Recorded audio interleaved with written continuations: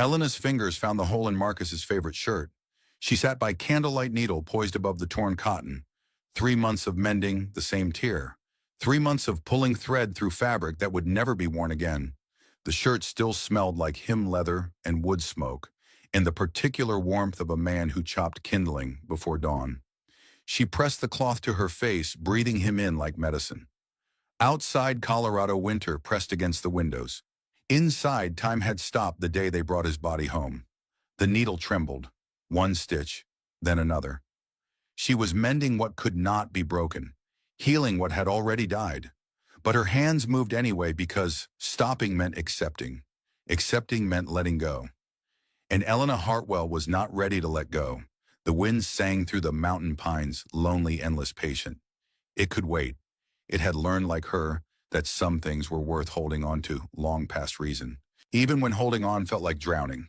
The fire devoured Marcus's words one by one. Elena Hartwell sat before the stone hearth, feeding her husband's unfinished letters to the flames. Each page curled and blackened, releasing secrets into smoke. The wind outside howled like something dying, rattling the cabin's bones. My dearest Elena, one letter began. She watched the ink bleed before it burned. There are things I cannot tell you while I breathe. The rest turned to ash. Snow pressed against the windows like ghostly fingers. 3 months since they'd buried Marcus. 3 months since the horse had thrown him, or so they said. The sheriff's words still echoed, terrible accident, Mrs. Hartwell. These mountain trails in winter, but Marcus knew horses, better than he knew prayer, better than he knew fear. Elena lifted another letter. This one bore no salutation, only Marcus's careful script. The Comanche woman spoke truth. The children are coming. Her hands trembled. What children, what woman? The fire swallowed those words too. Outside, the storm sang its violent lullaby. Colorado Territory in December was a white grave, beautiful and merciless. Their cabin perched on the mountainside like a monument to solitude. 2 rooms, stone chimney, and windows that framed nothing but wilderness. Elena had chosen this isolation after the war, after the field hospitals where she'd held dying boys who called her mother, after the doctors told her the shrapnel in her womb would never allow children of her own, after Marcus found her here broken and somehow made her whole again. Now the silence was her only companion. She reached for the last bundle of letters tied with string she recognized cut from her own petticoat. Marcus's hands had been shaking when he wrote these. The paper bore coffee stains and what might have been tears. The first letter made her breath catch. Elena. If you read this, they have killed me. I tried to save them. God help me, I tried. Fire forgotten, she unfolded the pages with surgeon's precision. Each word was deliberate, desperate. The massacre at Crying Creek was no battle. It was butchery. I found survivors hiding in the caves. A mother and her twin babies. I brought them food medicine. Santos found out. He said I was a traitor to my own kind. My own kind. As if kindness belonged to only one race of men. The wind shrieked louder and Elena felt ice in her veins. Not from cold. Captain William Santos. She knew that name. Marcus had served under him during the Comanche campaigns. A man carved from judgment and steel, who spoke of duty like others, spoke of God. They are coming for the survivors. Santos will not let witnesses live. I have hidden the mother and children in the old mine. If something happens to me, Elena. The letter ended mid-sentence, the ink blotted as if Marcus had been interrupted. Elena's hands shook as she searched through the remaining pages. Maps, sketches of trails, and then in smaller script, almost invisible, blood does not make family. Love does. The children are coming. Listen for them in the snow. A sound pierced the storm's rage. Elena froze letter halfway to the flames. There it was again, thin, desperate, not wind, not the house settling. Crying. She dropped the papers and moved to the window. Snow swirled in mad spirals, but somewhere in that white chaos, she heard it again. A child's wail, raw with cold and fear. Elena grabbed her coat, still wearing the simple black dress she'd sewn for morning. The wind hit her like a fist when she opened the door, stealing her breath and stinging her eyes. Snow bit at her exposed skin. Hello. Her voice disappeared into the storm. Is someone there? The crying came again, fainter now. From the north toward the old mining trail. She should go back inside. Should bar the door and wait for morning. The storm could kill in minutes out here, and whatever was crying in the wilderness might already be dead.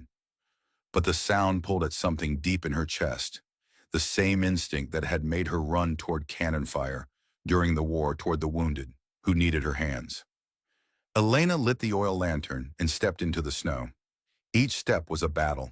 The snow reached Elena's knees, sometimes her waist where it had drifted. The lantern cast a weak circle of light that the wind constantly tried to extinguish. She followed the crying north toward the abandoned mine where Marcus once said the mountain stored its secrets. The sound grew clearer. Not one voice, two. Infant cries that made her surgeon's heart race with recognition. Newborns. Days old at most. 20 yards from the mine entrance, she saw the shape. A woman sat propped against a fallen log, her back to Elena. Long black hair whipped in the wind. In her arms, two small bundles moved weakly. "Help you!" Elena called, fighting through the snow. "I'm a nurse. I can help." The woman didn't turn. Couldn't turn. Elena reached her and saw why. Blood stained the snow in dark patterns, too much blood for anyone to survive. The woman's lips were blue, her eyes fixed on something beyond the storm, but her arms still held the babies close, protective, even in death. "Oh, sweet Mary," Elena whispered. The woman was young, perhaps 20, Comanche features mixed with something else. Mexican, maybe. Beautiful even now. She wore deerskin decorated with intricate beadwork, and around her neck hung a silver pendant carved with symbols Elena didn't recognize. The babies were crying weakly, their small faces red with cold. Identical twins, a boy and a girl. Both had their mother's dark hair and the distinctive features of mixed heritage. Elena knelt in the bloody snow and reached for the children. As she lifted them, the dead woman's arm fell away and something rolled from her grip. A letter, sealed with wax. Elena tucked the babies inside her coat, feeling their fragile warmth against her chest. The letter went into her pocket. Then she looked at the woman again, this stranger who had died protecting her children in a Colorado blizzard. "I promise," Elena whispered to the corpse, "I won't let them be orphans." The wind seemed to pause, as if the mountain itself had heard her words. Then the woman's lips moved. Elena's heart stopped. The woman was dead, had been dead when she found her. But now impossibly those blue lips were forming words. Just breath maybe, or the wind playing tricks. But Elena leaned closer and heard it. "Don't let them be orphans like me." The words came in perfect English, soft and final. Then the woman's head fell forward and she spoke no more. Elena sat back on her heels, the babies whimpering against her chest. The storm raged around them, but she felt caught in a pocket of impossible silence. The woman's last words echoed in her mind, mixing with Marcus's letter, "The children are coming." Had he known, had he somehow foreseen this moment, snow was already beginning to cover the woman's body. Soon she would be nothing but a white mound, another secret the mountain kept. But these children, they were warm and real and needed her now. Elena struggled to her feet, cradling the twins. The journey back to the cabin seemed impossible, but she put one foot in front of the other, following her own quickly filling tracks. Halfway home, she realized she was singing. An old lullaby her own mother had hummed during the war, when the cannons grew quiet and the world pretended to sleep.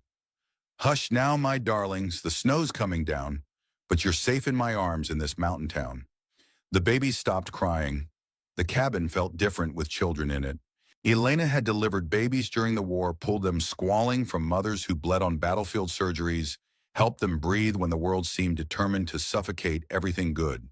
But those babies had families waiting, or sisters in the field hospital who would take them when the guns stopped. These twins had only her. She'd stripped their wet clothes and wrapped them in her softest linens. Fed them milk diluted with warm water, not ideal, but they drank hungrily. Changed their makeshift diapers and checked them for injuries. Both healthy despite their ordeal. The boy was slightly larger, more vocal. The girl watched everything with dark eyes that seemed too knowing for a newborn. Now they slept in a drawer lined with blankets placed near the fire for warmth. Elena sat beside them, turning the silver pendant over in her hands. The metal was old, beautifully crafted. The front bore symbols she recognized as Comanche-stylized animals, geometric patterns that might represent stars or rivers. but the back held something else, initials carved in English script. A.S. 1851. Below that, in smaller letters, Para siempre mi amor. Spanish, forever my love. Ayana Santos. That had to be the woman's name. The surname made Elena's stomach clench. Santos. Like Captain William Santos, the man Marcus had written about. A coincidence. In this wilderness with these children, nothing felt coincidental anymore. Elena opened the sealed letter with careful fingers. The handwriting was feminine, hurried sister. If you find this, I am gone. The babies are all that matters now. Their father was John Rivera, the Mexican trader who loved me true. He died of fever last month. I had nowhere else to go. Captain Santos found our camp yesterday. His own brother's half-breed daughter, he called me. Shame to the family name. He said he would correct his brother's mistake, but I ran. I am bleeding inside. Have been since the birth. I will not last the storm. The children are called Luis and Maria in the Mexican way, but they are also Little Wolf and Morning Star in our mother's tongue. Let them choose which names feel true. There is a woman in these mountains, the soldier's wife, Marcus Hartwell's woman. He spoke of her kindness when he brought us food. If she finds you, if she finds them, she will know what love means. Tell her Marcus died trying to save us. Tell her his kindness was not wasted. Your sister, Ayana. Elena's hands trembled as she read the letter again. Ayana Santos, Captain Santos's own niece, a woman who died in the snow because her uncle couldn't bear the shame of mixed blood in his family line. And Marcus had been helping them, bringing food, trying to save them, just as his own letters had suggested. The babies stirred in their makeshift cradle. Little Wolf Luis made soft nursing sounds. Morning Star. Maria opened those knowing eyes and looked directly at Elena as if measuring her soul. Your mama was brave, Elena whispered to them, and your friend Marcus, he was good, better than this world deserved. She thought of the dead woman in the snow, Ayana. How long before someone came looking for her? Before Captain Santos realized his problem hadn't been solved by winter and distance, Elena had treated enough gunshot wounds to know the look of a woman who'd been running. Ayana's body had borne other marks, 2 healed cuts on her arms, bruises that spoke of rough handling. Her uncle had tried to handle his shame with violence before she ran. Outside, the storm was finally weakening. The wind still sang, but softer now. By morning, the passes might be clear enough for riders. Elena stood and moved to the window. Snow continued to fall, but lighter now. And somewhere in that shifting white landscape, she thought she saw movement. Dark shapes against the pale ground. Riders. Still distant, but coming this way. Her heart hammered as she watched the shapes resolve into men on horseback. 3 of them moving carefully through the snow-covered terrain. Even at this distance, she could see the blue of cavalry uniforms. They were searching for something. Someone. Elena stepped back from the window and looked at the sleeping twins. Whatever was coming, she wouldn't let it touch them. Ayana had died to keep them safe. Marcus had risked everything to help them. Now it was her turn. She began to plan. The cavalry reached her cabin at dawn. Elena had spent the night preparing. The twins were hidden in the root cellar beneath the kitchen floor, a space Marcus had carved into the mountainside to store winter provisions. She'd lined it with blankets and left them with water and supplies. If they cried, the sound wouldn't carry above ground. She'd also burned everything. Ayana's letter, the blood-stained clothes, even the silver pendant, though that had pained her. No evidence could remain of the woman who died in the snow. Now she sat by her fire, mending a shirt that didn't need mending when the knock came. Mrs. Hartwell, the voice was crisp, military. Captain Santos, Colorado Cavalry. May we speak with you? Elena opened the door with steady hands. The man before her was exactly what she'd expected. Tall, lean, with iron-gray hair and eyes like winter sky. His uniform was immaculate despite the night ride, his posture rigid with authority. Behind him stood 2 younger soldiers, both looking uncomfortable and cold. Captain, Elena said politely, what brings you out in such weather? We're tracking hostiles in the area, Comanche raiders who've been stealing livestock, threatening settlers. His eyes swept over her, taking in every detail. We found signs of their passage near your property. Elena's face remained calm while her heart raced. I haven't seen anyone, Captain. The storm's been terrible. I've barely left the cabin. Of course. Santos stepped closer, and she caught the scent of leather and tobacco. Your husband was Marcus Hartwell. Yes, served with distinction in the campaigns against the Comanche. Yes, sir. He died 3 months ago. Riding accident. Something flickered in Santos's eyes. Tragic. Marcus was a good soldier. Followed orders without question.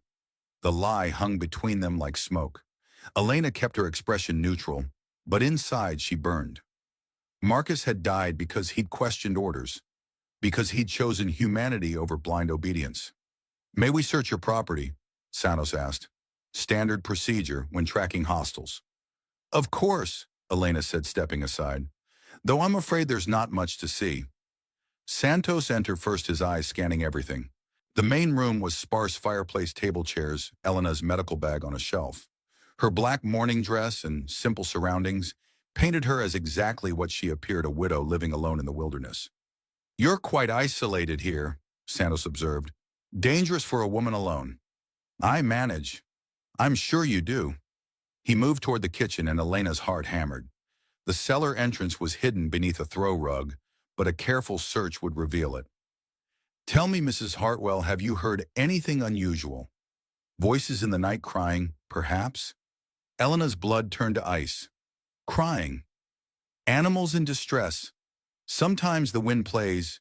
Tricks make sounds seem human. Santos knelt and lifted the corner of the rug. What's beneath here? Root cellar, for winter stores. He pulled the rug aside, revealing the wooden door set into the floor. Elena forced herself to breathe normally as he lifted it and peered into the darkness below. Silence. Thank God, silence. Santos took the lantern from his sergeant and lowered it into the cellar. Elena could see him studying the shelves of preserved food, the barrels of grain, the neat organization of supplies, looking for any sign of recent disturbance. Below, hidden behind a false wall, Marcus had built 2 babies slept in their nest of blankets. Impressive stores, Santos said, straightening. Your husband was thorough. He prepared well for winter. Santos handed back the lantern and replaced the cellar door. But something in his manner had shifted, a tension like a wolf catching an unwelcome scent. Mrs. Hartwell, he said carefully, you were a nurse during the war? Yes. Field hospital duty, Virginia mostly. Skilled with medical matters then, treating wounds, delivering babies. Elena met his gaze directly. I helped where I could. Of course. Santos smiled, but it didn't reach his eyes. Tell me, if someone came to you, injured, bleeding, perhaps with children, you'd help them, wouldn't you? Your nature is a healer. The trap was elegant, carefully laid. Elena recognized it from her war days when officers questioned suspected spies. Sympathetic voice, reasonable questions, looking for the moment when someone revealed too much. I'd help anyone who needed it, she said simply, regardless of their circumstances. Even hostiles, even Comanche who'd been raiding settlements. A child is a child, Captain. Wounded is wounded. Santos studied her for a long moment. Then he nodded as if making some internal decision. Indeed. Well, we found no sign of the hostiles here. Thank you for your cooperation, Mrs. Hartwell. He moved toward the door, then paused. One more thing. We found tracks leading to an old mine about a quarter-mile north. Boot print signs of recent activity. You wouldn't know anything about that. Elena's mouth went dry. I haven't been to the mine. Too dangerous in winter. Wise. The mountain takes what it wants up there. Santos touched his hat brim. Good day, Mrs. Hartwell. Stay vigilant. These hostiles, they're dangerous, especially to isolated women. The threat was clear beneath his polite words. Elena watched the 3 riders disappear into the gray morning, heading north toward the mine, toward Ayana's body now buried under fresh snow. Would they find her? Would the storm have covered everything, or would something remain to tell the story of what had happened? She waited until the riders were completely gone, then hurried to the cellar. The twins were awake, whimpering softly with hunger. Elena lifted them carefully, feeling their warm weight against her chest. Little Wolf looked at her with dark eyes that seemed to hold questions. Morning Star made soft sounds that might have been words in some language Elena didn't know. It's all right, she whispered to them. They're gone. You're safe. Sorry, But even as she said it, Elena knew safety was temporary here. Santos suspected something.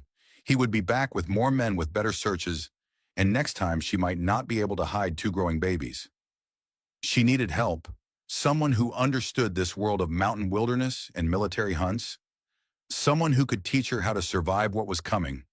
She needed someone like the person Marcus had written about, someone who knew both worlds, who could move unseen between the settlements and the wild places where the Comanche had once lived.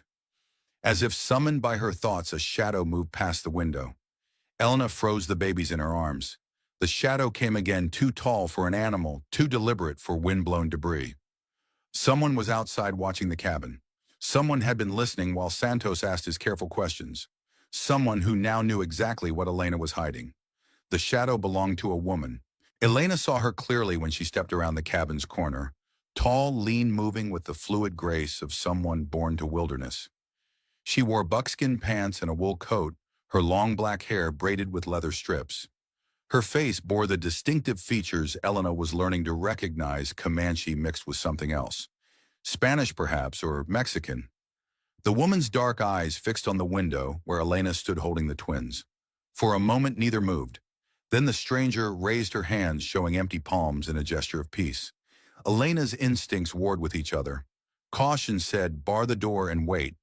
But the woman's face held something else. Recognition, grief, and something that might have been hope. Elena opened the door. "You found them," the woman said. Her English was perfect, unaccented. "Ayana's children." The name hit Elena like a physical blow. "You knew her." "She was my sister." The woman's voice carried controlled pain. "I followed her trail from the tribal lands, but the storm. I was too late." Elena stepped back, gesturing the woman inside. "I'm sorry, I tried to save her, but she was already dead when you found her." "I know." The woman entered, her eyes immediately finding the babies in Elena's arms. "I tracked the cavalry here. Heard them questioning you. You protected them." "Who are you?" "I have many names. The whites call me River. My people knew me as Ayana's sister, the angry one who would not choose sides." The woman's mouth tightened. "Now I am simply someone who came too late." Elena studied River's face, seeing the family resemblance now. The same bone structure as the woman who died in the snow, but where Ayana had seemed gentle even in death, River carried something harder. Anger, as she'd said, and pain buried so deep it had turned to steel. "Your sister left a letter," Elena said carefully. "She mentioned you." "What did she say?" Elena hesitated. The letter had been burned, but she remembered every word. "That you were the one who survived, the one who knew how to live between worlds." River moved closer, her eyes studying the twins with fierce intensity. She named them Luis and Maria, Little Wolf and Morning Star. Good names, both languages, both worlds. River reached out tentatively, and Morning Star grasped her finger with tiny hands. "They're beautiful, strong." "River," Elena said slowly, "the man who questioned me, Captain Santos, your sister wrote that he was family." River's face went cold. "My uncle, my father's brother." She said the words like they tasted bitter. "A man who thinks blood can be washed clean with enough violence. He'll be back. He suspects I'm hiding something. Of course he will. William Santos doesn't leave loose ends." River's voice carried old hatred. "He's the one who ordered the massacre at Crying Creek. The one who killed my mother's people while my father watched." Elena's breath caught. "Your father was there." "Lieutenant Thomas Santos, a good soldier who followed orders without question until he saw what those orders meant. He tried to stop it, tried to save some of the children. His own brother shot him for insubordination." The pieces clicked together in Elena's mind. River wasn't just Ayana's sister. She was William Santos's niece too, the daughter of the brother he'd killed for showing mercy. "How long have you been watching the cabin?" Elena asked. "Since yesterday. I saw the cavalry tracks, knew they were hunting Ayana." River's eyes hardened. "I was preparing to kill them when I heard what you told Santos. How you protected the children even when he threatened you." Elena felt ice in her veins. "You were going to kill 3 soldiers. I've killed soldiers before. Men who hunt children deserve no mercy." River's voice was matter-of-fact, terrifying in its certainty. But you changed that calculation. You showed kindness where you could have shown fear. Little Wolf began to fuss, and Elena instinctively rocked him. The motion seemed to calm River as well, some of the hardness leaving her face. "There's something else," Elena said. "My husband, Marcus Hartwell. Your sister mentioned him in her letter. She said he brought you food, tried to help." River's entire demeanor shifted. The anger faded, replaced by something softer. "Marcus. Yes, I remember him. 5 years ago, when I was barely more than a child myself. He found me dying of fever in a cave, brought medicine, stayed 3 days to make sure I lived." "That sounds like Marcus. He was different from other soldiers. He saw people, not enemies." River looked at Elena with new interest. "You're his widow, the woman he spoke of, the healer who saved men's lives instead of taking them. He talked about me. Often. He said you were the reason he learned to see past uniforms and skin color to the person beneath." River smiled sadly. "He said loving you taught him what courage really meant." Tears burned Elena's eyes. Marcus had never told her about helping River, about the risks he'd taken. But it explained so much why he'd grown quieter in his last months, why he'd started keeping journals she wasn't allowed to read. "River," Elena said, "I need to know something. My husband's death, was it really an accident?" River's face went still. "What do you think?" "I think Captain Santos had him killed. I think Marcus was helping your people and Santos discovered it." "And if that were true, what would you do?" Elena looked down at the babies in her arms. Little Wolf and Morning Star, orphaned by the same man who'd probably ordered her husband's death. Children who deserved a chance to grow up free from the hatred that had killed their parents. "I'd do whatever it took to keep these children safe," she said. "Whatever it took to make sure Santos doesn't win." Which she? River studied her for a long moment. Then she nodded, as if Elena had passed some invisible test. "Good," River said, "because he's coming back tonight, with more men this time, and he's not planning to leave witnesses." Elena's blood chilled. "How do you know?" "I followed them to the mine. They found Iana's body." River's voice was steady, but pain flickered in her eyes. "Santos isn't looking for raiders anymore.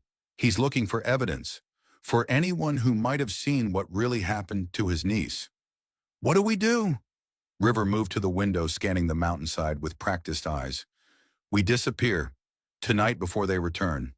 I know places Santos will never find, trails his horses can't follow. But the babies, they're so young. Can they survive a journey like that? They'll have to.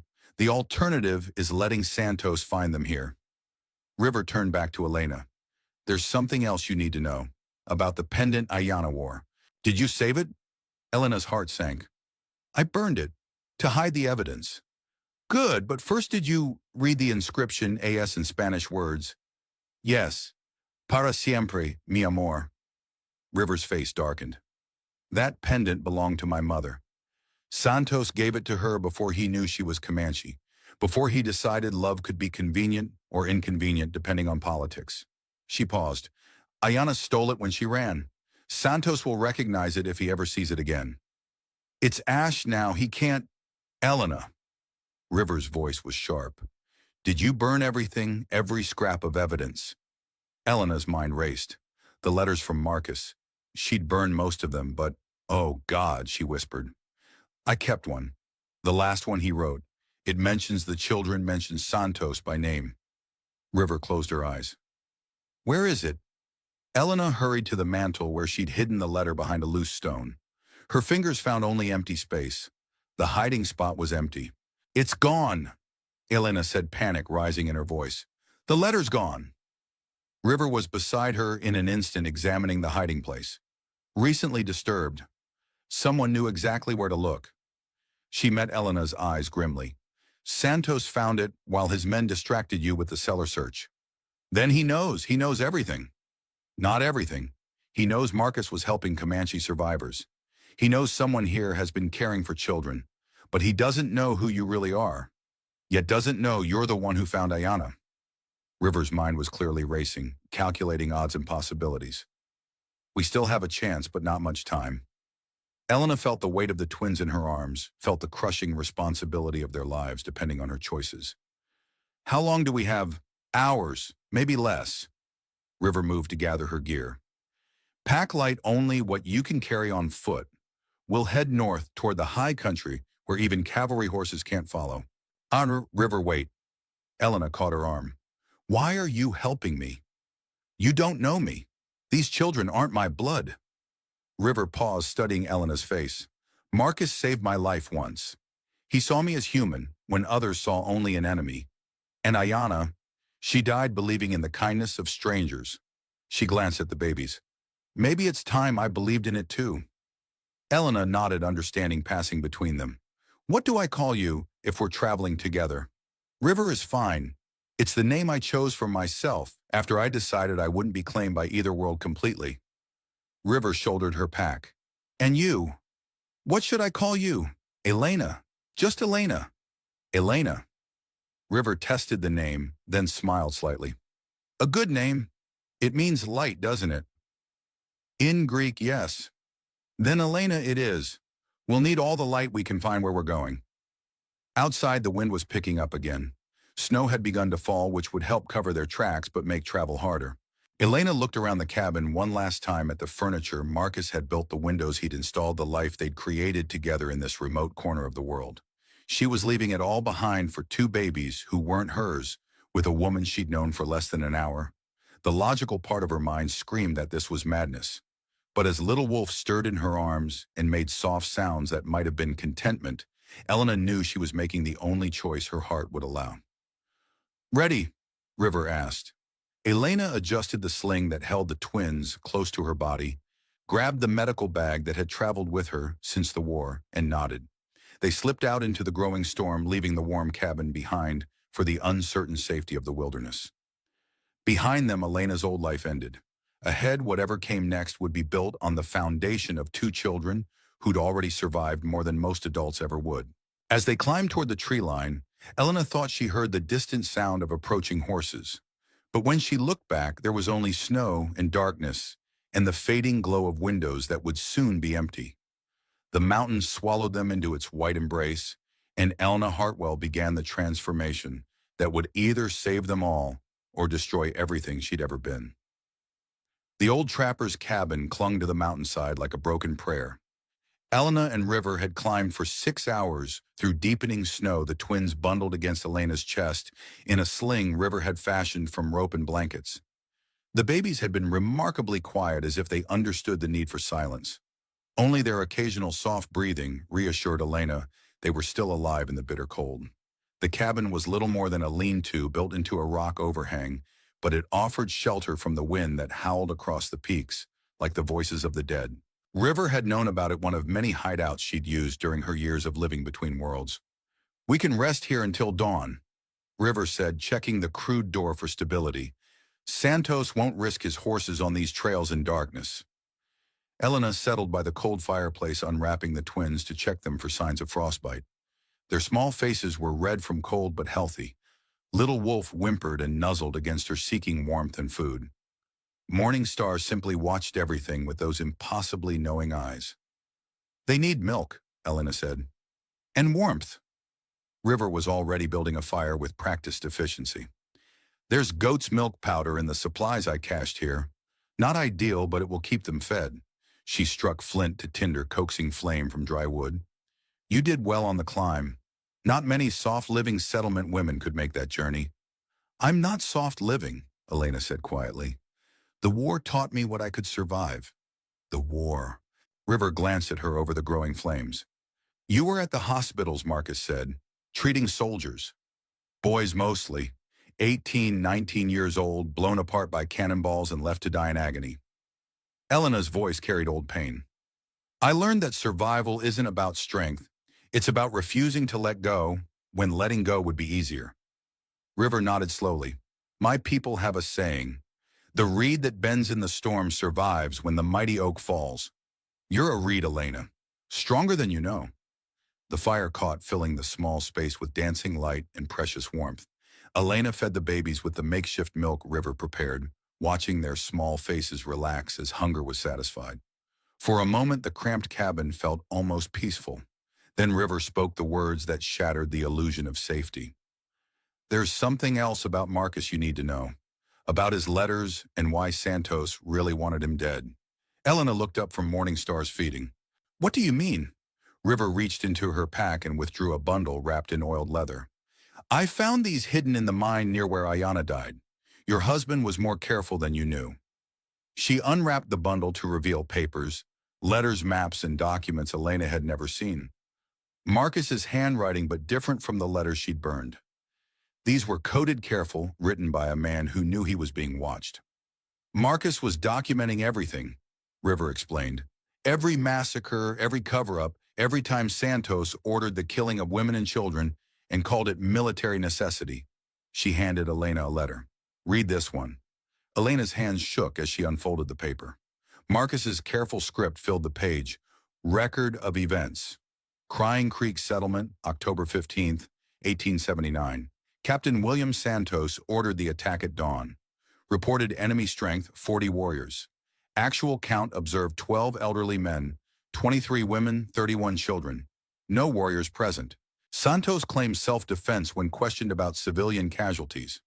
Observed him personally execute wounded survivors, including 3 children under age 10.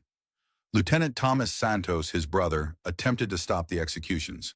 Captain Santos shot him for treasonous behavior in face of enemy. Listed in official reports as killed by hostile fire. Survivors hidden in cave system, 1 young woman pregnant, wounded 2 elders, infant child. Have been providing supplies. Santos suspects assistance being given, but cannot prove source. Note, if these records are found, know that I acted according to conscience, not military law.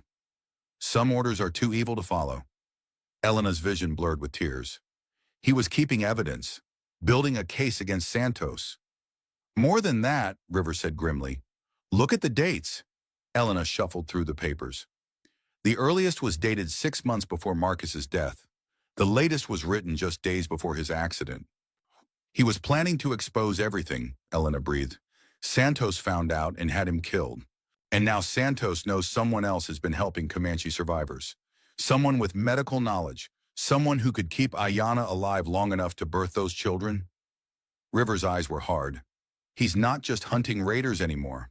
He's eliminating witnesses to his war crimes. Little Wolf finished feeding, and Elena lifted him to her shoulder for burping. The mundane action felt surreal against the backdrop of conspiracy and murder they were discussing. What do we do with this information? Elena asked. We survive long enough to use it. These documents could destroy Santos, but only if they reach the right people. Military investigators who aren't under his influence, newspaper reporters who have the courage to print the truth. And until then, River stoked the fire, sending sparks dancing up the crude chimney. Until then, we keep these children alive and stay one step ahead of a man who's killed dozens to protect his secrets. Elena looked down at the sleeping babies. Little Wolf had curled against her chest, his tiny fist wrapped around her finger. Morning Star dozed in the crook of her arm, making soft sounds that might have been dreams. River, Elena said slowly, why haven't you exposed Santos yourself? You knew about the massacres, about your father's death. You could have found a way to make this public. River was quiet for so long, Elena thought she wouldn't answer. When she finally spoke, her voice carried old wounds. Because I trusted the wrong person once. Tried to tell the truth to someone I thought would listen. She touched a scar on her neck that Elena hadn't noticed before, thin, precise, the mark of a blade held too close. Santos has people everywhere. The last time I tried to expose him, 3 innocent families died as examples of what happened to those who spread lies about military operations. So you stopped trying. I became the angry one who lived between worlds. I saved who I could save, killed who deserved killing, and told myself that was enough. River met Elena's eyes. But it wasn't enough. It never was. Elena understood then why River had seemed so hard when they first met, why she carried that terrible stillness that spoke of controlled violence. She'd been fighting Santos's war for years alone, with no hope of real victory. What's different now? Elena asked. Now there are 2 of us, and 2 children who deserve better than a world where monsters wear uniforms and call murder duty. River's voice grew stronger. And now we have Marcus's evidence. Proof that can't be dismissed or buried. Outside, the wind was dying down. Dawn was still hours away, but Elena could feel the mountains settling into the deep quiet of a winter night. It was the kind of silence that made whispers carry and footsteps sound like thunder. It was also the kind of silence that would make approaching riders audible from miles away. "Get some rest," River said, reading Elena's thoughts. "I'll keep watch. When the sun rises, we move higher into the peaks." Elena arranged herself and the babies as comfortably as possible on the rough wooden floor. The fire's warmth made the cabin almost cozy, and exhaustion from the day's climb was catching up with her. But as she drifted towards sleep, holding the twins close, her mind kept returning to Marcus's letters. All those careful records written by a man who knew he was probably going to die for his conscience. Some orders are too evil to follow. The words echoed in her dreams as snow continued to fall outside, covering their tracks and buying them precious time before the hunt resumed. Elena woke to the sound of steel singing against steel. She jerked upright, instantly alert the babies clutching at her as they sensed her sudden tension. The fire had burned down to coals and gray dawn light filtered through the cabin's single window. River stood by the door, a curved knife in each hand, facing someone Elena couldn't see. "Step back," River said, in a voice like winter iron. "Step back or I'll open you from throat to belly." "Easy, girl." The voice was male rough with years of tobacco and whiskey. "Just wanting to get out of the cold. Didn't know the place was occupied." Elena's medical bag was within reach. She slipped her hand inside, finding the scalpel she kept for emergency surgeries. Not much of a weapon, but sharp enough to cut important things if necessary. "There are other shelters," River said. "Use them." Now that's not very neighborly. The man's voice carried amusement, but Elena heard something else underneath: calculation patience. A predator testing defenses. "Especially when I've got news you might want to hear." "What news?" "About the cavalry that's been asking questions down in the settlements, about missing persons and rewards for information." The man paused. "Big rewards. The kind that make a man think hard about neighborly cooperation." Elena's blood chilled. River's knives never wavered, but Elena saw tension creep into her shoulders. "How big?" River asked. $100 for information leading to the recovery of stolen military property. 200 for the apprehension of persons harboring said property. The amusement in his voice grew stronger. "Makes a man wonder what kind of property the cavalry values so highly." Elena looked down at the twins. Stolen military property. Santos was claiming the children belonged to the army, probably as confiscated enemy assets, or some similar legal fiction. It would make anyone helping them criminals in the eyes of the law. "And what would you consider information worth that kind of money?" River asked. "Oh, I've got sharp eyes. Sharp enough to see 2 women and a couple of small bundles climbing toward the high country last night." The man's voice moved slightly. He was circling, trying to get an angle on River. "Sharp enough to recognize certain faces from wanted posters." Elena's heart hammered. Wanted posters. Santos wasn't just hunting them, he'd made them fugitives. "Here's what's going to happen," the man continued. "You're going to put down those pretty knives and step aside. I'm going to take a look at what you're protecting. If it's worth the cavalry's money, we'll all take a little trip down the mountain." "And if it's not," River asked, "then I'll let you go about your business. Man's got to make a living, but I'm not unreasonable." Elena knew they were trapped. The man was armed. She could hear leather creaking as he shifted, probably reaching for a gun. River was fast with her knives, but knives against firearms in close quarters was a losing proposition. Unless. Elena looked at the medical bag, at the small bottles of laudanum and ether she carried for emergency surgeries. Dangerous in large doses, but that was exactly what made them useful. She caught River's eye and mouthed a single word: "Duck." River's eyes flicked to the medical bag, and understanding passed between them. "All right," River said, lowering her knives slightly. "You want to see what we're carrying? Come and look." She stepped aside just enough to clear Elena's line of sight to the door. The man who entered was exactly what Elena had expected: middle-aged, unshaven, with the kind of eyes that saw everything in terms of profit and loss. He wore a fur coat and carried a rifle, but he'd relaxed slightly at River's apparent surrender. "That's more sensible," he said, stepping into the cabin. "Now let's see what the cavalry wants so badly." Elena threw the bottle of ether directly at his face. Glass shattered against his forehead, and he staggered back, gasping as the chemical fumes hit his lungs. River moved like flowing water, her knife finding the space between his ribs with surgical precision. The man dropped his rifle and fell to his knees, blood spreading across his coat. He looked up at Elena with surprise and something that might have been respect. "Clever," he wheezed. "Didn't see that coming." "Will you live?" Elena asked, moving toward him with her medical supplies. "Depends." Blood frothed at his lips. "On whether you want me to." River's knife was still in his chest, angled perfectly to have missed the heart, but punctured a lung. A wound that could be fatal if untreated, but survivable with proper care. "Information," River said coldly. "How many men does Santos have? What exactly do the wanted posters say?" The man coughed, spattering blood. "Dozen men, maybe more. Poster says you're suspected of murdering a cavalry officer and stealing military property. Dead or alive doesn't matter." Elena's stomach dropped. Murdering an officer. Claims you killed a Lieutenant Martinez who was investigating cattle theft. Says you took his horse and supplies, fled toward the high country. The man's breathing was becoming labored. Course there wasn't no Lieutenant Martinez. Santos just needed a legal reason to hunt you. "How do you know there was no Martinez?" River demanded. "Because I've been tracking bounties in this territory for 15 years. I know every officer, every unit, every man who's died or gone missing." The man smiled weakly. "Santos made up his dead lieutenant. Question is, why does he want you so bad he's willing to lie to get you?" Elena and River exchanged glances. The man was more observant than they'd given him credit for. And if he'd noticed the inconsistencies in Santos's story, others might too. "What's your name?" Elena asked as she began cleaning his wound. "Jake Morrison. Professional tracker, occasional bounty hunter, full-time survivor." Hoo-ha, he winced as she probed the knife wound.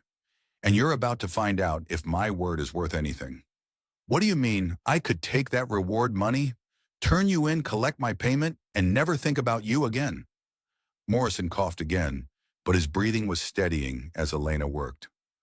"Or I could remember that I've got a daughter about your age, and I wouldn't want some corrupt cavalry captain hunting her through the mountains for crimes she didn't commit." River's knife was still in her hand, ready to finish what they'd started.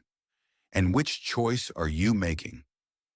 Morrison looked at the babies Elena had been caring for then, at the determination in both women's faces. "I'm making the choice that lets me sleep at night. You never passed this way. I never saw you. And if anyone asks, Jake Morrison spent last night drinking alone in his cabin 15 miles south of here." "Why?" Elena asked as she finished bandaging his wound. "Why risk Santos's anger by lying for us?" "Because I've seen what he does to settlements that get in his way. Burned out 3 homesteads last year, claimed they were harboring hostiles, killed families, including children." Morrison's voice carried old anger. "Man like that doesn't deserve to wear a uniform, let alone command other men." Elena helped him to his feet, surprised by the strength in his grip. The wound would heal, though he'd carry the scar for life. "There's something else you should know," Morrison said as he gathered his rifle. "Santos isn't just hunting you for whatever you're carrying. Word is he's planning something big. Moving troops, gathering supplies. Looks like he's preparing for a major campaign." "Against who?" River asked. "Against anyone left alive who might contradict his version of what happened at Crying Creek."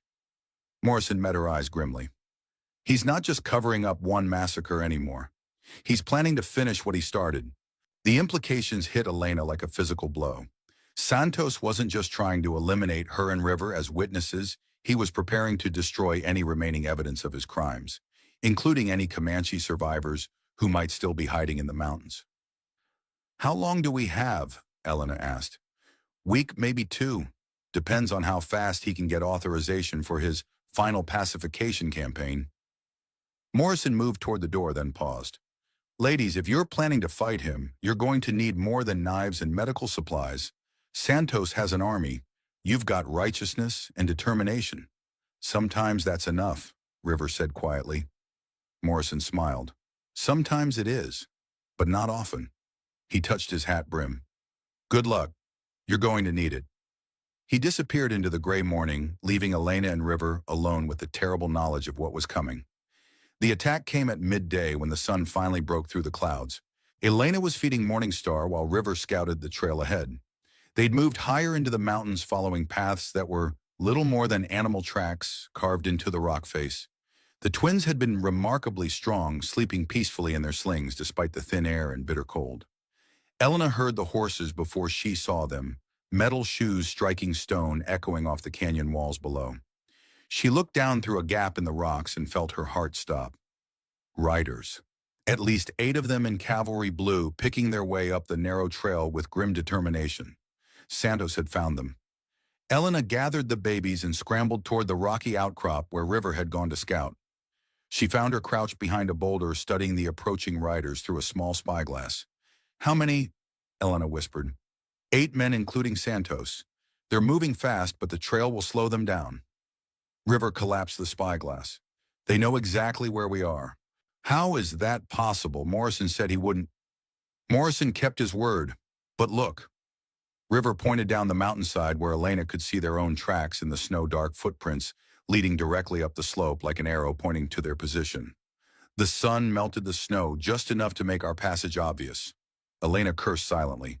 They'd been careful to avoid open ground, but the mountain itself was betraying them. "Can we go higher?" she asked.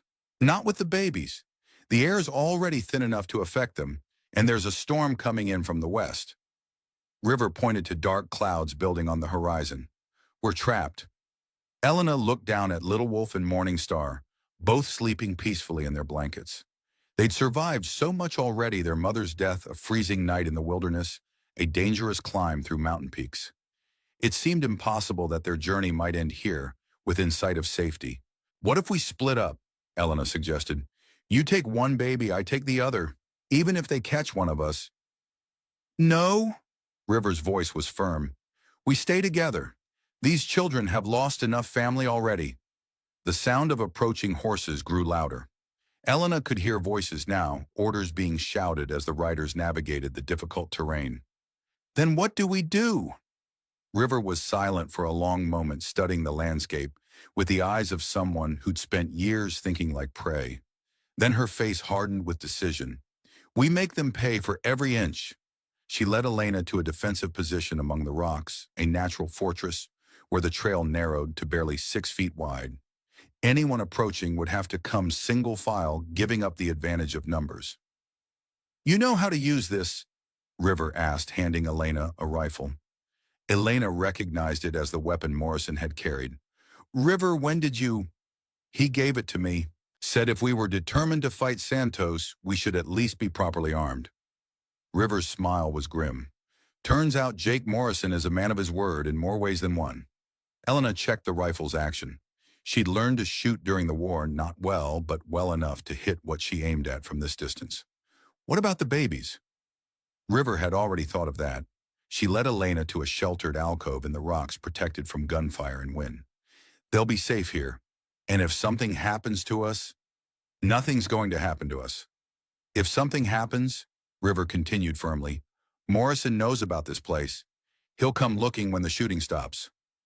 Elena arranged the babies in their nest of blankets, making sure they were warm and secure. Little Wolf stirred as she settled him, opening dark eyes that seemed to look directly into her soul. "Stay quiet, little one," she whispered. "We'll be right back." Morningstar made a soft sound that might have been agreement. Elena took her position among the rocks, rifle ready. River crouched nearby, her curved knives supplemented by the bow she'd been carrying. They had perhaps 50 yards of open ground to defend a natural killing field, where cavalry discipline would matter less than mountain fighting skills. The first rider appeared around the bend in the trail, moving cautiously but steadily upward. Elena recognized him as one of the soldiers who'd searched her cabin. Behind him came 2 more.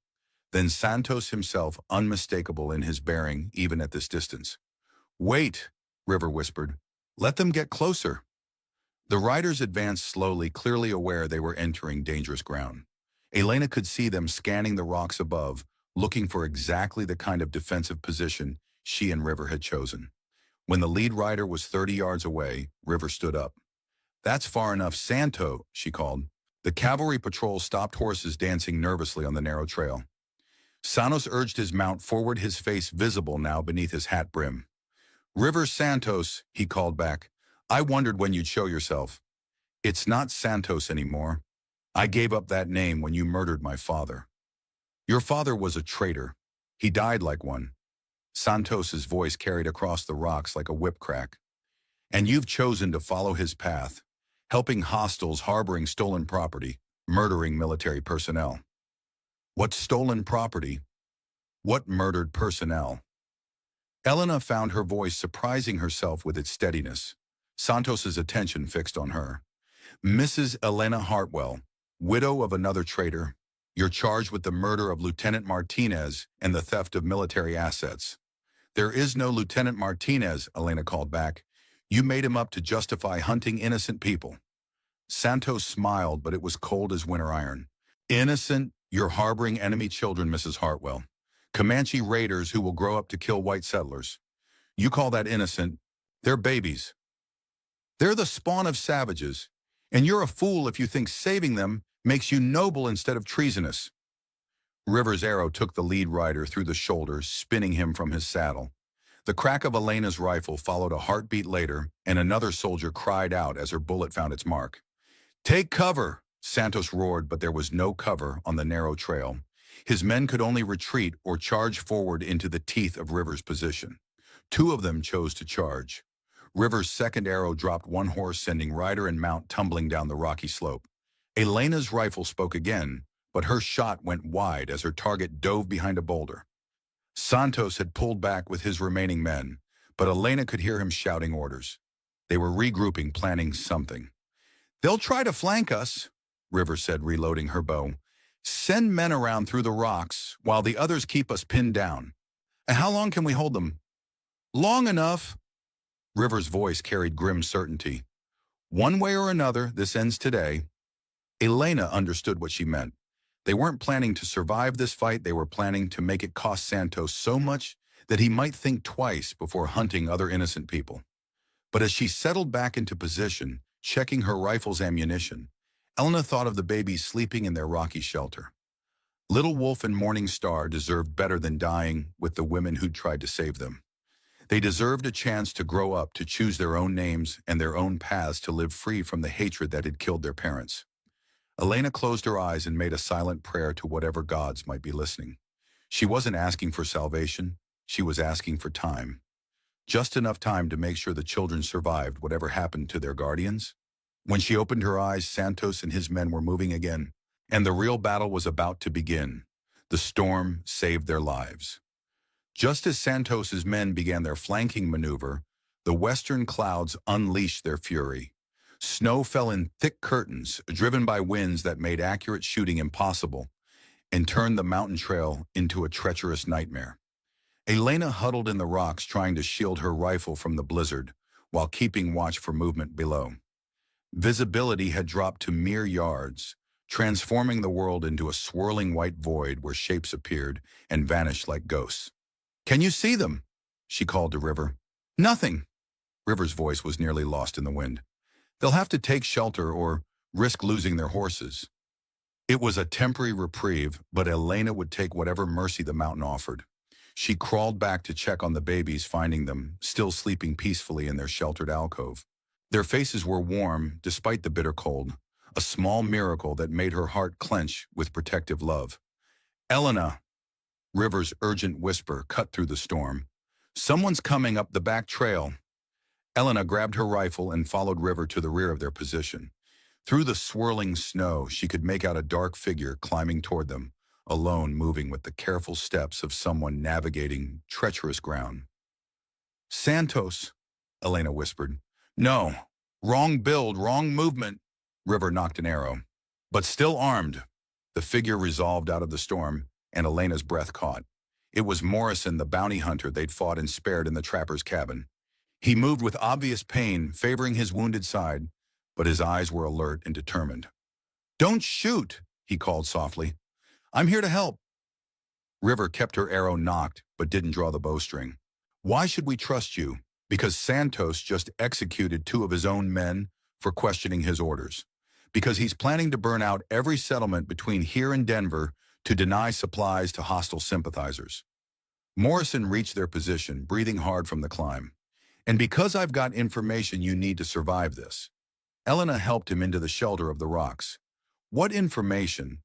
"Santos isn't just after you anymore. He's received orders from Territorial Command to pacify the region by any means necessary. Martial law, mass arrests, summary executions. Morrison's face was grim. They're turning this whole territory into a killing ground. Who gave those orders? River demanded. General Harlan Mitchell, Santos's old commanding officer from the war. Morrison coughed and Elena saw blood on his lips. Mitchell's running for territorial governor. Plans to use a successful Indian pacification campaign as his platform. The pieces clicked together in Elena's mind. This wasn't just about covering up past massacres, it was about creating new ones for political gain.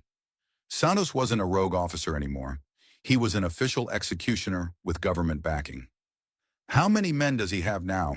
Elena asked. 40 with more coming, plus authority to conscript civilian militias from the settlements. Morrison grimaced as he shifted position. You can't fight that kind of force, ladies. Your only chance is to get out of the territory entirely. We can't run forever, River said, and we can't let him slaughter innocent people just to cover his crimes. Morrison was quiet for a moment, studying both women's faces. Then he reached into his coat and withdrew a leather portfolio. Then maybe it's time to change the game entirely. He opened the portfolio to reveal papers, official documents, telegrams, and what looked like financial records. I've been tracking Santos for 3 years, Morrison explained. Not for bounties, but for personal reasons. He killed my brother at Crying Creek, claimed he died fighting, but I knew better. Elena stared at the documents. You're not just a bounty hunter. I was a cavalry scout until Santos had me drummed out for insubordination. Since then, I've been gathering evidence. Morrison spread the papers carefully. Financial records showing Santos selling confiscated Comanche property for personal profit. Correspondence between him and General Mitchell planning operations that violate federal treaties. Witness statements from soldiers who've refused to participate in massacres. River leaned forward, studying the documents. This could destroy them both. More than that, it could bring down the entire network of officers who've been using Indian pacification as an excuse for land grabbing and political advancement. Morrison's eyes hardened. But only if it reaches the right people. Newspaper editors in Denver and San Francisco, federal investigators who aren't bought and paid for military officers who still believe in honor. Then we need to get these documents out of the territory, Elena said. We need to do more than that. River's voice carried quiet determination. We need to make sure Santos can't silence the witnesses who matter most. Elena understood what she meant.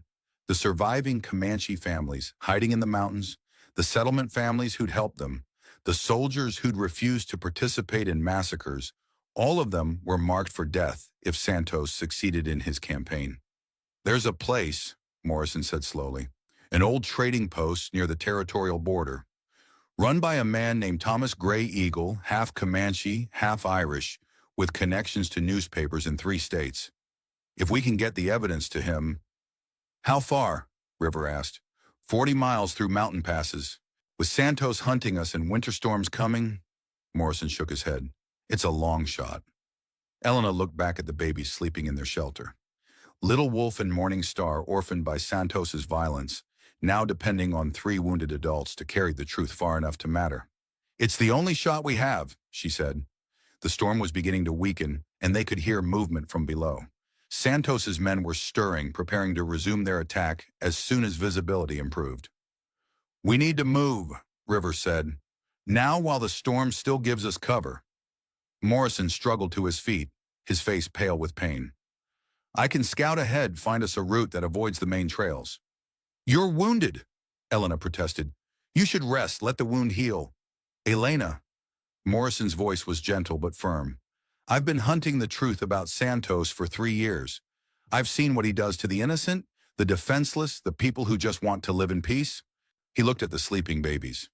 If carrying that evidence another 40 miles is what it takes to stop him, then I'll crawl those miles on my belly. Elena felt tears sting her eyes. This gruff bounty hunter, this man who'd tried to capture them for reward money, was now willing to die to help them reach safety. Thank you, she whispered. Morrison nodded gruffly. Thank me when we reach Gray Eagle's post alive. River had already begun gathering their supplies. Elena, get the babies ready for travel. Morrison, can your wounded side handle climbing? It'll have to. As Elena carefully lifted the twins from their shelter, Morning Star opened her eyes and looked directly at her. For a moment, Elena could have sworn she saw understanding there, as if the infant knew they were leaving safety behind for an even more dangerous journey. "I won't let you down," Elena whispered to her. "I promise." Outside, the storm was fading, but snow continued to fall, covering their tracks as they prepared to slip away from Santos's trap. Behind them lay the relative safety of the high peaks. Ahead lay 40 miles of winter wilderness, an uncertain ally, and the slim hope that truth might triumph over political ambition and military brutality. Elena adjusted the sling that held both babies against her chest, feeling their warm weight and steady breathing. Whatever came next, they would face it together. The widow who'd lost her husband to conspiracy, the warrior who'd lost her family to genocide, and the bounty hunter who'd lost his brother to greed. Three broken people carrying two innocent children toward a reckoning that might save or damn them all. As they disappeared into the swirling snow, Elena thought she heard Santos shouting orders to his men far below. But the wind carried his words away, leaving only the whisper of falling snow and the soft breathing of sleeping babies. The mountain kept its secrets, but it would not keep them for long. Gray Eagle's trading post appeared through the morning mist like a mirage of salvation. Elena, River, and Morrison had traveled for 3 days through mountain passes that tested the limits of human endurance. The babies had grown weaker, despite Elena's careful attention. Little Wolf's breathing had become shallow, and Morning Star barely responded to touch. They needed warmth, real milk, and medical care that Elena couldn't provide with her dwindling supplies. The trading post sat in a valley where 3 mountain trails converged, its log walls weathered, but solid smoke rising from multiple chimneys. As they approached, Elena could see figures moving in the compound, Native Americans, Mexican traders, and what looked like white settlers, all conducting business in apparent harmony. "That's Thomas Gray Eagle," Morrison said, pointing to a tall man emerging from the main building. "If anyone can get your evidence to people who matter, it's him." The man approaching them was perhaps 50, with the bearing of someone comfortable with authority. His features showed the mixed heritage Morrison had described: Comanche bone structure, softened by Irish coloring, steel gray hair worn long but neatly braided. He wore buckskin pants and a wool shirt, a combination that spoke of someone who moved easily between worlds. "Jake Morrison." Gray Eagle said, his voice carrying warm recognition. "You look like hell." "Feel worse," Morrison replied, dismounting carefully to favor his wounded side. "Tom, we need help. These ladies are carrying information that could stop the massacres." Gray Eagle's attention shifted to Elena and River. His eyes took in their exhausted faces, their careful way of holding the bundled babies, the weapons they carried, with practiced ease. "You're the one Santos has been hunting," he said, not a question. "You know about that?" Elena asked. "No." "Word travels fast in the mountains. Santos has conscripted men from 5 settlements, claims he's hunting Comanche raiders and their white accomplices." Gray Eagle's mouth tightened. "But some of us remember when raiders meant families trying to survive winter." River stepped forward, pulling back the blanket to reveal Morningstar's pale face. "This is Ayanna Santos's daughter, Captain Santos's own great-niece. He killed her mother rather than acknowledge the shame of mixed blood in his family." Gray Eagle's composure cracked. "Ayanna is dead." "You knew her?" Elena asked. "She was my cousin's daughter. We'd been trying to find her since the massacre at Crying Creek." Gray Eagle's hands trembled slightly as he reached toward the baby. "May I?" Elena carefully transferred Morningstar to his arms.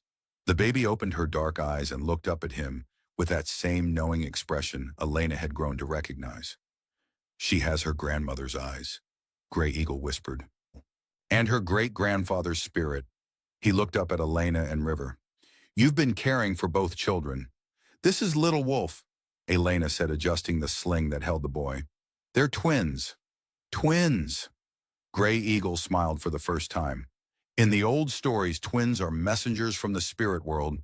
They bring change, transformation." His expression hardened. "Sometimes they bring justice." Morrison stepped closer, wincing with pain. "Tom, we have evidence. Documents that prove Santos has been massacring civilians and covering it up with false reports. But we need to get the information to federal investigators, newspaper editors. Show me." They moved inside the trading post's main room, where a fire crackled in a massive stone hearth. Gray Eagle examined Morrison's documents while Elena fed the babies with milk a trader's wife had provided. The warmth and shelter felt like luxury after their days in the wilderness. "This is damning," Gray Eagle said finally. "Financial records, witness statements, correspondence with General Mitchell?" He looked up. "But it's not enough. Paper can be dismissed as forgeries. What you need is living witnesses, people willing to testify before federal investigators." "Most of the witnesses are dead," River said bitterly. "Santos made sure of that. Not all of them." Gray Eagle moved to a map on the wall pointing to locations marked with colored pins. "There are 3 settlements where families have been hiding survivors from Crying Creek. A cavalry sergeant named Mitchell who refused to participate in the massacre. He's been stationed at Fort Collins, keeping quiet, but keeping records. And there's a priest at the mission who's been documenting everything." Elena felt hope stir in her chest. "You think they'd be willing to come forward if they knew others were willing to stand with them?" Gray Eagle's finger traced routes on the map. "The problem is gathering them before Santos finds them. He's moving systematically, pacifying each settlement to eliminate witnesses." "How long do we have?" Morrison asked. "Days. Maybe a week if the weather slows him down." Gray Eagle turned to face them. "But there's something else you need to know. Santos isn't just hunting you anymore." He moved to the window, gesturing toward the valley entrance. "Look." Elena joined him at the window and felt her blood turn to ice. Riders were approaching a full cavalry patrol, moving in formation toward the trading post. At their head rode a figure she recognized even at this distance. Captain William Santos. "How many men?" River asked, her hand moving instinctively to her knife. "20 that I can see.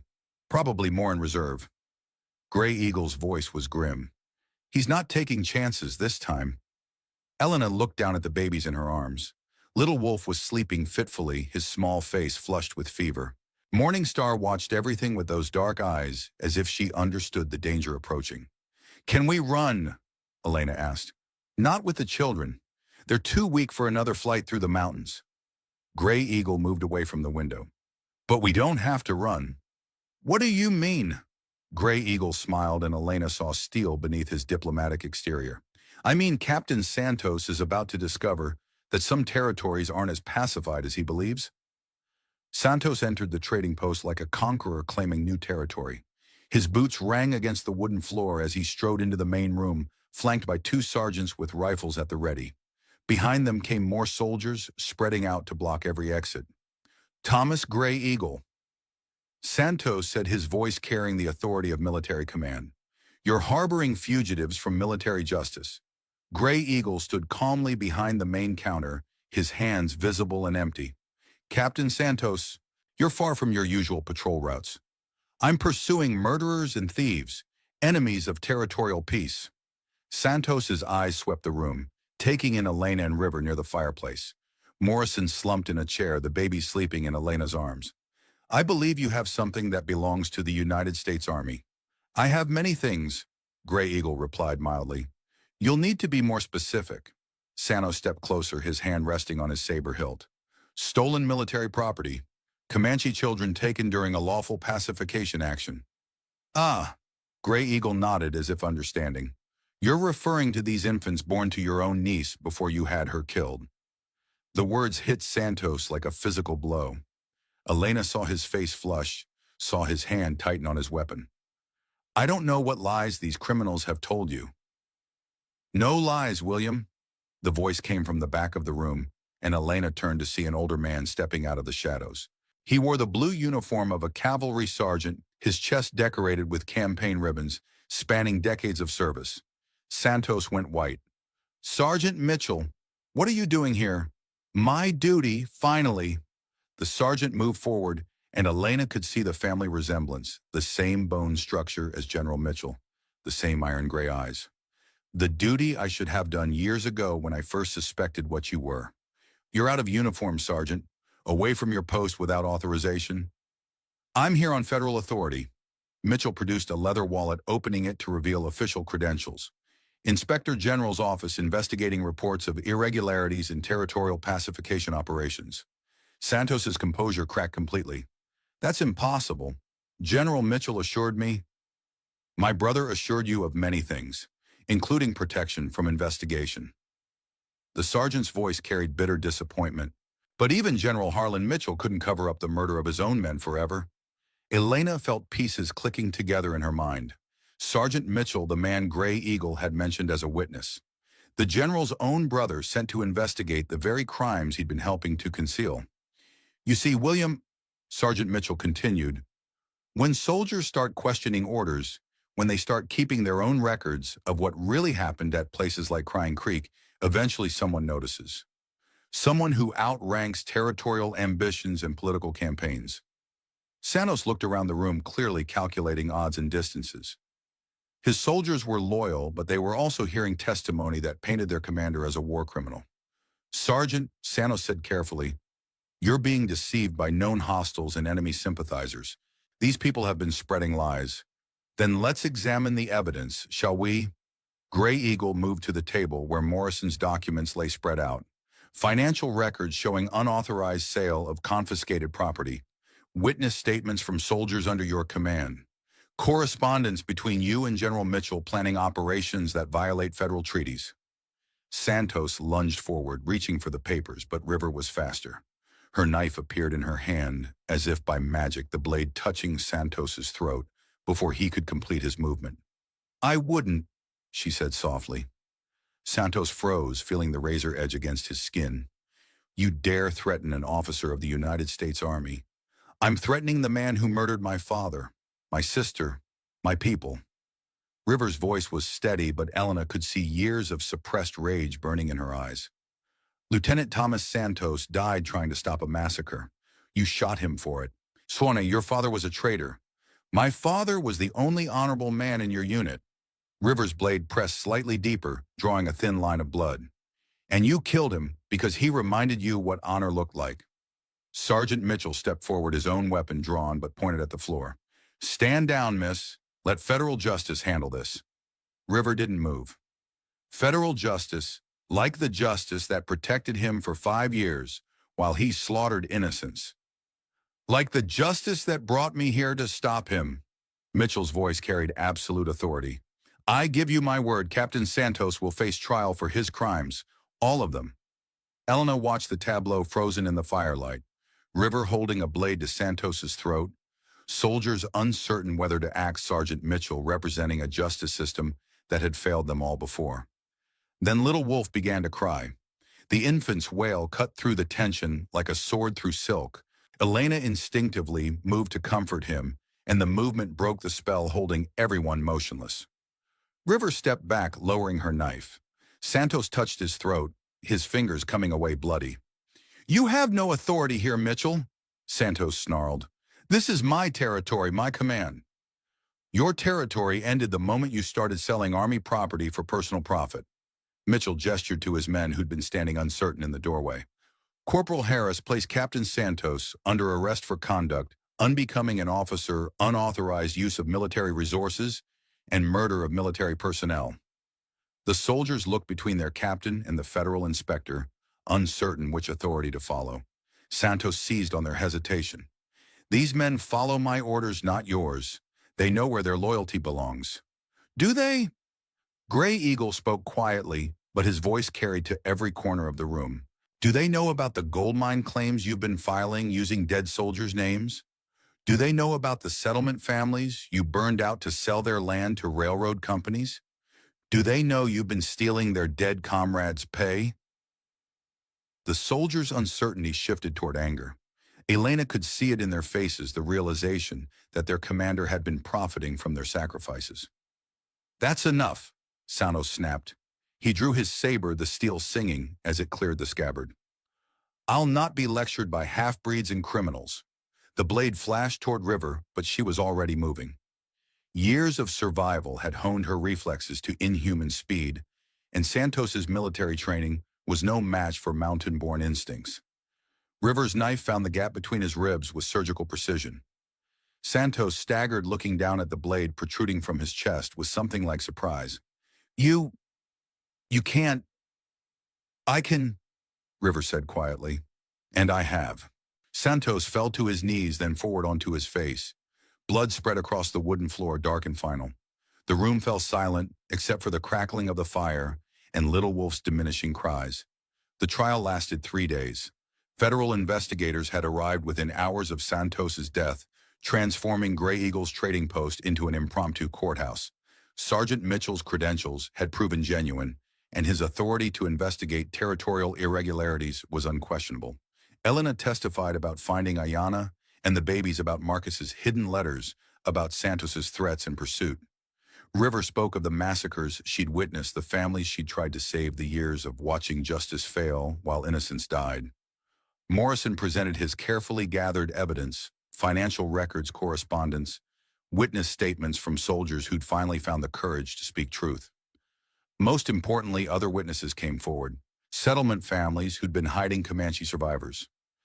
Soldiers who'd refused to participate in massacres and been transferred or demoted for their conscience. The priest from the mission carrying records of every civilian death he documented. The story that emerged was damning beyond anything Elena had imagined. Santos and General Mitchell had been operating a systematic campaign of extermination disguised as military necessity, profiting from stolen land and resources while building political careers on the bodies of the innocent. On the third day, the investigators announced their findings. Captain William Santos died while resisting federal arrest for war crimes. Sergeant Mitchell read from the official report. General Harlan Mitchell will face court-martial for conspiracy, corruption, and violation of federal treaties. All territorial pacification operations are suspended pending review. Elena sat holding the twins, feeling a weight she hadn't realized she'd been carrying finally lift from her shoulders. Justice wasn't everything. It couldn't bring back the dead, couldn't undo years of suffering. But it was something. A recognition that truth mattered, that some lines couldn't be crossed without consequences. "What happens now?" she asked Gray Eagle. "Now you're free to go wherever you choose. The charges against you have been dismissed as fraudulent." Gray Eagle smiled at the babies sleeping in her arms. "And these children are officially under your guardianship until they're old enough to choose their own paths." Elena looked at River, who'd been unusually quiet since Santos's death. "What about you? Will you stay?" River was standing by the window looking out at the mountain peaks. "I don't know. I've spent so many years focused on vengeance. I'm not sure what comes after justice." Elena stood carrying the babies to River's side. "What comes after is life. Real life, not just survival." River looked down at Morningstar, who was awake and watching her with those knowing dark eyes. "I never thought about having a family, about being responsible for someone other than myself." "Family isn't just blood," Elena said, remembering Marcus's words from his letters. "Sometimes it's the people who choose to stand with you when everything falls apart." River reached out tentatively, letting Morningstar grasp her finger with tiny hands. "You really want me to stay to help raise them? I need you to stay. They need you to stay." Elena's voice carried absolute certainty. "You're their connection to their mother's people, their history, their heritage. And you're—" "What?" Elena smiled. "You're my friend, the first real friend I've had since Marcus died." River was quiet for a long moment, then nodded slowly. River Santos died with her uncle, but River Hartwell, she might have a chance at happiness. Elena felt tears burn her eyes. "River Hartwell, if you'll have me, as family, not blood." River's voice carried shy hope. "The children should grow up knowing they belong somewhere, that they have people who will never abandon them." "Yes," Elena whispered. "Yes, absolutely. Yes." 6 months later, Santa Barbara, California. The medical clinic was small but modern, with large windows that let in the Pacific sunshine and ocean breezes that carried the scent of salt and possibility. Elena finished bandaging a fisherman's injured hand and walked to the back room where River was feeding the twins. They'd grown strong in the months since leaving Colorado. Little Wolf was crawling with determined energy, while Morningstar observed everything with the quiet intelligence that reminded Elena so much of her mother. "How was your patient?" River asked, settling Morningstar against her shoulder for burping. "Healing well. The new antibiotics are remarkable. Infections that would have meant amputation during the war now clear up in days." Elena sat down heavily, feeling the fatigue of a busy day treating patients. "Dr. Harrison says I'm the best field surgeon he's ever worked with." "And how do you feel about that?" Elena considered the question. 6 months ago, she'd been a widow hiding in the mountains, carrying secrets and guilt about her husband's death. Now she was a practicing physician in a growing coastal town, raising two children with her chosen sister, building something new from the ashes of everything she'd lost. I feel useful again, like my skills matter for more than just survival. Elena reached for little Wolf, who was trying to climb out of his cradle to explore the floor. Like maybe Marcus would be proud of what we've built. River smiled. I think he would be. I think they all would. The they included many people: Ayana, who'd died trusting strangers to save her children; Morrison, who'd returned to Colorado to help other investigators root out corruption in the territorial government; Gray Eagle, who'd helped them establish new identities and find safe passage to California; even Lieutenant Thomas Santos, River's father, who died trying to do what was right. River, Elena said carefully, I've been thinking about something, about the children's heritage, their connection to their mother's people. What about it? I don't want them to grow up thinking they have to choose between worlds. Mexican, Comanche. American, they're all part of who they are. Elena lifted little Wolf to her lap, watching him grab at her stethoscope with curious fingers. But I also don't want them to grow up not knowing where they came from. River nodded thoughtfully. I've been writing to Gray Eagle about that. He knows families who've preserved the old stories, the traditional knowledge. When the children are older, if they want to learn, they should know everything. The good and the bad, the beautiful traditions and the ugly history. Elena met River's eyes. They should know their mother died protecting them, that their adopted aunts killed to save them, that sometimes love requires terrible choices. And they should know that sometimes the terrible choices lead to something beautiful. Elena looked around the clinic they'd built together, River serving as nurse and translator for the Mexican fishing families, Elena providing medical care for anyone who needed it, regardless of their ability to pay. It wasn't the life either of them had planned, but it was good, honest, full of purpose and hope. I want to show you something, Elena said, moving to the desk where she kept her personal papers. She withdrew a letter, not one of Marcus's hidden documents, but something she'd written herself. The envelope was addressed to Little Wolf and Morning Star Santos Hartwell, to be opened on their 18th birthday. I've been writing to them, Elena explained, about their mother, about the journey that brought them here, about the people who sacrificed to give them freedom. She handed the letter to River. I want them to know they were chosen, not just born into this family. River read the envelope address and smiled. Santos Hartwell. Their heritage and their future, both parts of who they are. Elena watched Little Wolf try to pull himself up using her chair, his determination absolute despite his small size. When they're old enough to understand, they can decide what names feel right to them. A knock at the clinic door interrupted them. Elena looked through the window to see a familiar figure, Dr. Harrison, but also someone else. A woman in traveling clothes looking nervous and desperate. More patients? River asked. Elena opened the door to find Dr. Harrison supporting a young Mexican woman who was clearly in the late stages of pregnancy. Elena, this is Maria Esperanza. She's been traveling for weeks looking for a doctor who would treat her without asking too many questions about papers or payment. Dr. Harrison's eyes were kind but worried. Her baby's coming soon, and there were complications with her last birth. Elena looked at the woman, barely 20, exhausted, frightened but determined. She saw herself 6 months ago carrying children who weren't hers toward an uncertain future, trusting in the kindness of strangers. Bring her in, Elena said without hesitation. River, prepare the birthing room. Dr. Harrison, thank you for bringing her to us. As they helped Maria Esperanza into the clinic, Elena caught River's eye and saw understanding pass between them. This was how families really began, not with blood or law, but with the decision to open your door when someone needed shelter. What's your baby's name? Elena asked in Spanish as they settled Maria onto the examination table. If it's a girl, Esperanza, like me. If it's a boy. And Maria smiled weakly. I haven't decided. I want a name that means new beginnings. Elena exchanged glances with River, both thinking of the twins sleeping peacefully in the next room. Little Wolf and Morning Star, names that bridged two worlds and carried the hope of their mothers. New beginnings, Elena murmured as she began her examination. We know something about those. Outside, the California sun painted the ocean gold, and the wind carried the sound of children playing in the streets of a town that welcomed strangers and honored the courage it took to start over. In the clinic, two women who'd found family in the aftermath of tragedy prepared to welcome new life into the world, continuing the cycle of love that transforms loss into hope, strangers into family, and endings into beginnings. 10 years later, Santa Barbara, California, Elena stood at Marcus's grave, reading aloud from the letter she'd finally written. The cemetery overlooked the Pacific, where waves rolled endlessly towards shore, and seabirds called to each other in languages older than human words.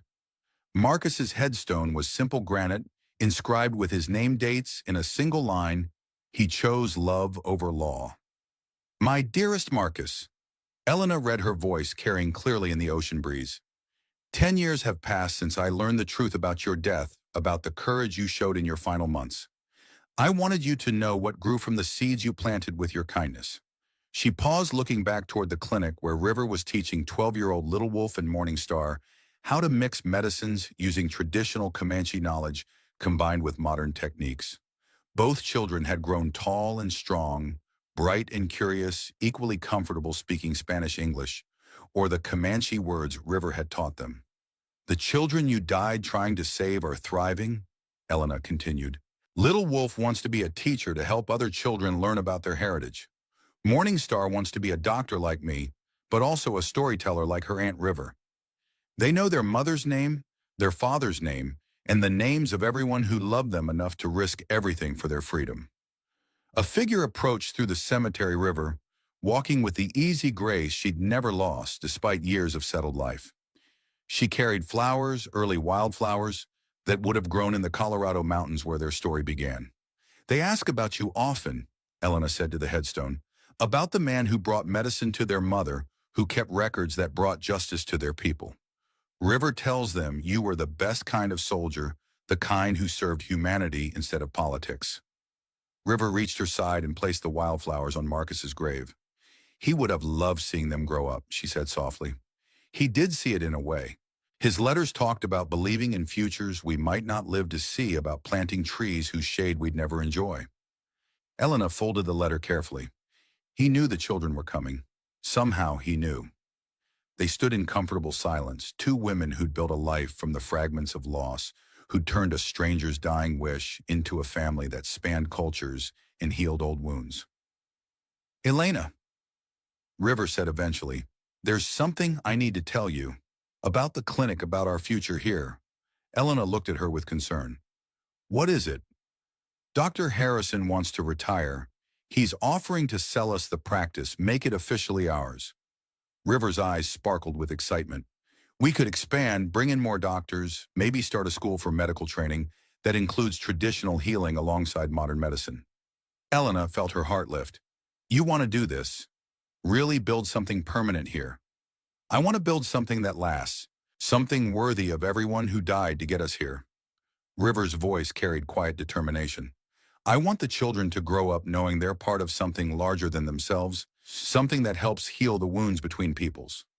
Elena looked out at the ocean, then back at the headstone that marked her husband's grave. Marcus had died believing in the possibility of a better world, one where kindness mattered more than politics, and love transcended the boundaries that divided people. Yes, she said simply, let's build something that lasts.